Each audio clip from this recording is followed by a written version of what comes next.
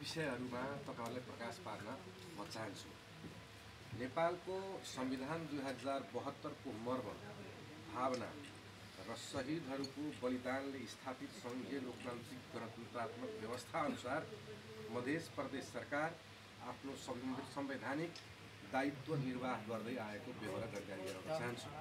र अहिले म मुख्यमन्त्री भइसकेपछि मेरो नेतृत्वमा रहेको सरकारले पनि त्यो स्पिड भन्दा रतिभर पनि टसमस हुने छैन। संविधानको धारा 168 को 2 बमोजिम मिति 2082 साल असोज 29 गते मधेस प्रदेशको मुख्यमन्त्रीमा मान्य जितेन्द्र प्रसाद सोनार नियुक्ति हुनुभएको थियो। उहाँको नेपालको संविधान धारा 168 को उपधारा 4 बमोजिम विश्वासको मत प्राप्त गर्नको लागि मिति 2082 साल 22 गते व्यवस्था मिलाइदिनु हुन भनी माननीय मुख्यमन्त्रीज्यूले प्रदेश सभाका सभामुखलाई सम्बोधन गरेर 2082 साल 22 गते शनिबारका दिन तपाईको 1 बजे सदन प्रदेश सभाको बोलाइएको बेहोरा जानकारी गराउन चाहन्छु। 1 बजे बोलाइएको प्रदेश सभाको बैठक सत्ता गठबन्धन तत्कालीन सत्ता गठबन्धनको आन्तरिक कुराहरू नमिलेको कारणले गर्दा झन्डै 2 बजेपछि प्रदेश सभाको सदन सञ्चालन भएको बेहोरा पनि अवगतै होला। त्यसो भएका कारणले गर्दा जब 22 गते सभामुखज्यू र प्रदेश सभाको कार्यसूची एउटा मात्र भएको थियो, एउटा मात्रै रहेको थियो, त्यो भनेको विश्वासको मतको कार्यसूची मात्रै थियो। जब सदन लागिसकेपछि बैठक बसिसकेपछि माननीय सभामुख रामचन्द्र मण्डलज्यूले उहाँले कार्यसूचीमा प्रवेश गराउँदै माननीय मुख्यमन्त्री तत्कालीन माननीय मुख्यमन्त्री जितेन्द्र प्रसाद सोनलजीलाई विश्वासको मत सम्बन्धी प्रस्ताव सदनमा पेश गर्न उहाँले अनुमति दिनुभयो। माननीय तत्कालीन मुख्यमन्त्रीज्यूले सदनमा विश्वासको मत सम्बन्धी प्रस्ताव प्रस्तुत गर्नुभयो र त्यसमा उहाँले प्रस्ताव प्रस्तुत गर्ने बेलामा सम्पूर्ण राजनीतिक शक्ति दल र 107 जना माननीयहरूलाई उहाँले विश्वासको मत दिनको निम्ति आह्वान गर्नुभएको थियो, जो उहाँको सकारात्मक पक्ष हो। तथापि दलको आफ्नो दलीय बैठक र निर्णयको विषयहरू मात्रै दलको प्रतिनिधिबाट प्रदेश सभामा राख्ने विषय तपाईहरुलाई जानकारी नै छ। नेकपा एमाले मधेस प्रदेश सभाको सबैभन्दा ठूलो राजनीतिक दल भएको कारणले गर्दा सुरुवातमा नेकपा एमालेको प्रमुख सचेतक माननीय हरिनारायण महतोले आफ्नो दलको निर्णय सुनाउनुभयो र प्रदेश सभामा सरकारको पक्षमा मतदान हामी गर्दैनौँ, विपक्षमा बस्छौँ भन्ने सम्बोधन गर्नुभयो। त्यस्तै नेपाली कांग्रेसको तर्फबाट नेपाली कांग्रेसको प्रमुख सचेतक कुमारकान्त झाजीले सरकारको विपक्षमा मत गर्ने उहाँको दलीय निर्णय सुनाउनुभयो। त्यसपछि सत्ता गठबन्धनका जसपाका पूर्व मुख्यमन्त्री माननीय लालबाबु राउतजीले सरकारको पक्षमा मतदान गर्ने पार्टीको निर्णय सुनाउनुभयो। त्यसपछि जनमत पार्टीको तर्फबाट पार्टीको दलको प्रमुख सचेतक चन्दन सिंहजीले सरकारको पक्षमा मतदान गर्ने आफ्नो पार्टीको निर्णय सुनाउनुभयो। नेकपा माओवादी केन्द्रका दलका नेता भरतप्रसाद शाहजीले सरकारको पक्षमा मतदान गर्ने आफ्नो दलको निर्णय सुनाउनुभयो। लोकतान्त्रिक समाजवादी पार्टीका दलका नेता मान्य जैनुल लाइनजीले आफ्नो दलको सरकारको पक्षमा मतदान गर्ने प्रस्ताव सुनाउनुभयो। त्यस्तै एकीकृत समाजवादीका दलका नेता मान्य गोविन्द नेपालीज्यूले पनि सरकारको पक्षमा मतदान गर्ने बेहोराको निर्णय सुनाउनुभयो। त्यस्तै नागरिक उन्मुक्ति पार्टीको तर्फबाट पनि माननीय उर्मिला सिंहजीले उहाँले सरकारको पक्षमा मतदान गर्ने आफ्नो दलको निर्णय सुनाउनुभयो।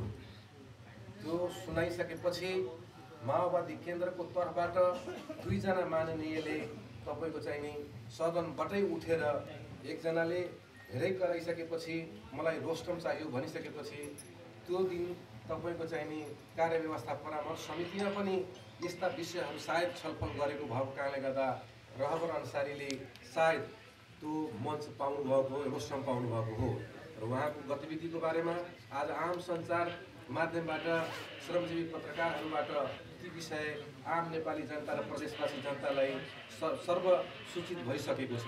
उहाँले यो सरकार हामीले बनाएको सरकार होइन। नेकपा माओवादी केन्द्रका फ्लोर क्रस गरेका माननीय रहबर अन्सारीजीको सदनको प्रस्तुति यो अहिलेको मान्य जितेन्द्र सोनलजी मुख्यमन्त्री रहेको सरकार यो हामीले बनाएको सरकार होइन, केन्द्रले बनाएको सरकार हो, कुनै अदृश्य शक्तिले बनाएको सरकार हो। त्यसो भए कारणले गर्दा यो सरकारलाई म विश्वासको मत दिन्न, कुनै पनि सरकारलाई विश्वासको मत दिन्न भनिसकेपछि लगत्तै त्यसै पार्टीका नेकपा माओवादी केन्द्रकै अर्को माननीय माला कर्णले पनि रहबर अन्सारीजीको अभिव्यक्तिमा समर्थन जनाउँदै म पनि यो सरकारलाई विश्वासको मत दिँदैन, कारण यहाँहरूलाई थाहै छ। त्यसो भएपछि जब दुईजना माननीयज्यूहरूले फ्लोर क्रस गरिसकेपछि यो सबैलाई थाहा छ कि जम्मा 54 जना सङ्ख्या मात्रै भएको उहाँको तपाईँको चाहिने सरकारको बहुमत थियो। हामीलाई म एज अ हाम्रो पार्टी नेकपा एमाले प्रतिपक्षमा बस्ने निर्णय गरिसकेपछि पनि हामी के अनुमान गरेका थियौँ भने यो सरकारसँग स्पष्ट प्रदेश सभाको सदस्यहरूको समर्थन रहेको छ। त्यसो भए कारणले गर्दा यो सरकार ढल्दैन भन्ने हाम्रो विश्वास थियो। तर जनमतको तर्फबाट दुईजना माननीयको अनुपस्थिति र नेकपा माओवादी केन्द्रको तर्फबाट दुईजना माननीयको फ्लोर क्रस सम्बन्धी जुन विषय छ, मलाई लाग्छ मान्य जितेन्द्र सोनलजीको तत्कालीन मुख्यमन्त्रीको सरकार ढल्नुको महत्त्वपूर्ण कारणै यही हो भन्ने विषयमा कुनै पत्रकार साथी, कुनै प्रदेशवासी र नेपाली जनता मलाई लाग्छ यसबाट बेखबर छैन। भइसकेपछि त्यसपछि तपाईँको मान्य जितेन्द्र सोनललाई सभामुखज्यूले पुनः तपाईँको चाहिने विश्वासको मत माग्न र तपाईँको चाहिने उहाँले प्रस्ताव गर्नु। सबै दलहरूको प्रतिक्रिया सुनिसकेपछि, विद्रोही सांसदहरूको पनि प्रतिक्रिया सुनिसकेपछि मान्य जितेन्द्र सोनलजीले फेरि सदनमा रोस्टरमा उठेर उहाँले फेरि पनि नेकपा एमाले र नेपाली कङ्ग्रेससँग विश्वासको मत माग्नु हो र सँगसँगै विद्रोहमा उठिएको मान्यजीलाई पनि यो सरकारलाई समर्थन गरिदिनुहोस् भनेर तपाईँको चाहिने विश्वासको मत माग्नु हो। तर त्यो वातावरण नबनिसकेपछि मान्य जितेन्द्र सोनल लगायतका सत्ता पक्षका मान्यज्यूहरूबाट अब यो सदन 10 मिनटको लागि स्थगित गरौँ, किन भन्दाखेरि विश्वासको मत घट्यो हाम्रो भन्ने स्पिडका तपाईँको चाहिने कुरा राखिसकेपछि माननीय प्रदेश सभाका सभामुखज्यूबाट तपाईँको 10 मिनटको लागि सदन स्थगित गरेको विषय यहाँहरू सबैलाई जानकारी भएकै विषय हो। 10 मिनटको लागि स्थगित भएको प्रदेश सभा तपाईँको चाहिने मान्य सभामुख रामचन्द्र मण्डलजीले दलको नेताहरूलाई उहाँ आफ्नो चेम्बरमा बोलाउँदा नेपाली कङ्ग्रेस र नेकपा एमाले बाहेकका दलको नेता आउने अवस्था त्यहाँ भएन। अब नभएको कारण के हो मलाई जानकारी छैन। त्यसो भए कारणले गर्दा यो भइसकेपछि पनि तपाईँको चाहिने सभामुखजीले पटक पटक आग्रह गर्नुभयो म 10 मिनटको लागि सदन तपाईँहरूको लागि सत्ता पक्षकै लागि सरकारकै लागि तपाईँहरूकै रिक्वेस्टमा म स्थगित गरेको छु। त्यसो भए कारणले गर्दा चाँडो आइदिनु पर्यो, सदन सुचारू गर्नको निम्ति तपाईँहरूले वातावरण बनाइदिनु पर्यो। विश्वासको मत सम्बन्धी एउटा मात्रै कार्यसूची भएको कारणले गर्दा यसमा सत्ता पक्षबाटै जसले विश्वासको मत माग्दैछ ती माननीयहरूबाट, ती दलका नेताहरूबाट पनि असहयोग नहोस् भन्ने स्पिडबाट जब सभामुखको आग्रह हुँदै पनि उहाँहरू नआउने वातावरण बन्यो। त्यसपछि हामीले सोध्यौँ नेकपा एमाले संसदीय दलको नेताको हैसियतले मैले र नेपाली कङ्ग्रेसको संसदीय दलका नेताका हैसियतले मान्य कृष्ण यादवजीले सभामुखजीलाई भन्नुभयो अब तपाईँले प्रक्रिया अगाडि बढाउनुहोस् भन्दा झन्डै 1.5 घण्टा पछि पुनः प्रदेश सभाको सदन सञ्चालन भएको विषय यहाँहरूलाई जानकारी छ। जब त्यो सदन सञ्चालन भइसकेपछि मत विभाजनको निम्ति चारैतिरको ढोका बन्द गरिसकेपछि मत विभाजनमा जान लाग्दा सभामुखको आसनको दाहिनेपट्टि र देब्रेपट्टिको सङ्केत गरिसकेपछि तपाईँको चाहिने अब विश्वासको मत खेल त करिब भइ नै सकेको थियो। यो मधेसवासी जनता, प्रदेशवासी जनता, तमाम न्यायप्रेमी पत्रकारलाई जानकारी भएको विषय हो। त्यसपछि केही समयपछि आएर मान्य जितेन्द्र सोनलज्यूले म यो सदनबाट मलाई विश्वासको मत प्राप्त गर्ने अवस्था रहेन, उहाँले आफैले सम्बोधन गर्नुभएको छ। यो सदनबाट मैले राखेको प्रस्तावमा यहाँ यो सदनले मलाई विश्वासको मत दिने अवस्था रहेन। त्यसो भए कारणले गर्दा म राजीनामा दिन्छु। त्यो भनेको मौखिक राजीनामा हो। अब मलाई के लाग्छ भने अब यो मौखिक राजीनामाको अर्थ रहेन र मैले के देखेँ भने सदन स्थगित भइसकेपछि मात्रै बेलुकी सदनमा विश्वासको मत फेल भइसकेपछि मात्रै बेलुकी प्रदेश प्रमुखकोमा गएर प्रदेश प्रमुखजीकोमा गएर उहाँले राजीनामाको पत्र साँझ तपाईँको उहाँलाई बुझाउनु भएको छ मान्य प्रदेश प्रमुखजीलाई। म अब तपाईँलाई निवेदन गर्न चाहन्छु भोलिपल्टबाट अब सरकार निर्माणको नयाँ प्रक्रिया कसरी सञ्चालन गर्ने भन्ने हिसाबले मान्य प्रदेश प्रमुखजीबाट जुन पहल जुन तपाईँको चाहिने के अरे राय परामर्शको लागि जुन विषय थालिया थियो त्यसै प्रक्रियामा नेकपा एमाले तपाईँको चाहिने संसदीय दलको नेताको हैसियतले मलाई पनि बोलाउनु। मलाई उहाँले सोध्नुभयो अब कुन प्रक्रियाबाट तपाईँको चाहिने नयाँ सरकार बनाउन अगाडि बढाउँ, कुन धाराबाट नयाँ सरकार बनाउने प्रक्रिया अगाडि बढाउँ, तपाईँको दलको राय के छ।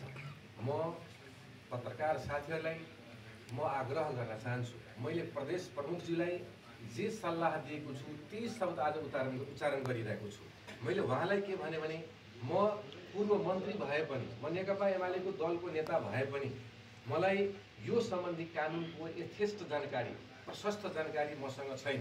त्यसो भए कारणले गर्दा अहिले बनेको सरकार विगतमा बनेको सरकार त्योभन्दा अगाडिको सरकार संविधान अनुरूप संविधान सम्बद्ध बनेको कारणले गर्दा अबको भावी तपाईँको सरकारको निकास के हुन्छ, सरकार गठनको प्रक्रिया के हुन्छ, त्यसको निम्ति तपाईँले यहाँको सरकारको न्यायाधिवक्ता होला आधिकारिक रूपमा उहाँसँग परामर्श लिनु पर्यो। तपाईँलाई कसलाई लाग्छ तर कानुन विज्ञसँग कानुनको ज्ञातासँग तपाईँले परामर्श लिएर धारा 2मा जान्छ भने धारा 2मा लैजानुहोस्, नेकपा एमालेलाई कुनै आपत्ति छैन। धारा 3मा जान्छ भने धारा 3मा लैजानुहोस्, नेकपा एमालेलाई कुनै आपत्ति छैन भनेर मैले उहाँलाई सल्लाह आफ्नो तर्फबाट दिएर फर्किसकेपछि उहाँले सदनमा रहेका 10वटै राजनीतिक दलसँग उहाँले परामर्श लिनुभयो र त्यसपछि कानुन विज्ञहरूसँग पनि परामर्श लिनुभयो।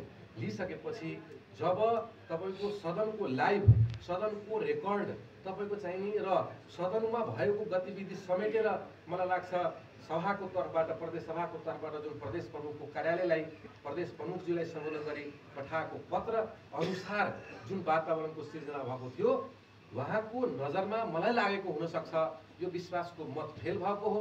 पटक धारा 2 अनुसारको सरकार बन्दा पनि तपाईँको चाहिने असफलता प्राप्त भइरहेकोले सदन अहिलेको के भन्छन् 2072 को संविधानको धारा 168 को धारा 3मा अब सरकार बनाउने तपाईँको चाहिने प्रक्रिया अवलम्बन गर्नुपर्छ भन्ने निष्कर्ष पुगिसकेपछि मलाई तपाईँको चाहिने फोन आयो करिबन तपाईँको चाहिने 11:15।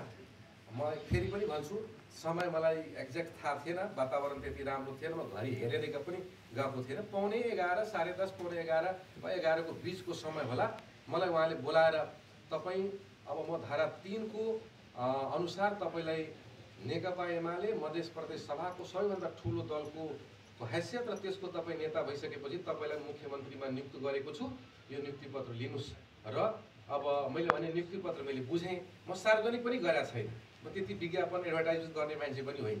त्यसो भए कारण मलाई शपथ त गराइदिनु पर्यो भनिसकेपछि मलाई तपाईँ तयारी भएर आउनुहोस्। म गएर कपडा लगाएर तयारी भएर जब फोन गरेँ मलाई नियुक्ति पत्र लिएर गएको सूचना उहाँले प्राप्त गरिसकेपछि सिधै प्रदेश प्रमुखको कार्यालयको अगाडि लोसपाका मान्ने लोसपाका समर्थक कार्यकर्ताहरूले प्रदेश प्रमुखको कार्यालयको गेटमा निवासको गेटमा धरना बस्ने, अब मुख्यमन्त्रीजीलाई शपथ ग्रहण गर्न नजाने दिने भन्ने खालको अभिव्यक्ति भइसकेपछि मलाई तपाईँको त्यही अवस्थाको बारेमा प्रदेश प्रमुखको कार्यालयबाट मलाई जानकारी भयो। भनिसकेपछि अब कन्फर्टेसनमा जाने कि बल प्रयोग गरेर शपथ ग्रहण गर्ने कि मान्यजीहरूलाई लछार पछार गरेर हटाएर शपथ ग्रहण गर्ने कि भन्दा म के निष्कर्षमा पुगेँ भने उपयुक्त वातावरण बनाइदिनुहोस्, शपथ म त्यसपछि खान्छु भनिसकेपछि अब तपाईँको चाहिने म निदाको पनि अवस्था थियो। एकछिनमा थाहा मैले के पाएँ भने प्रदेश प्रमुखजीको सचिवालयबाट फोन के आयो भने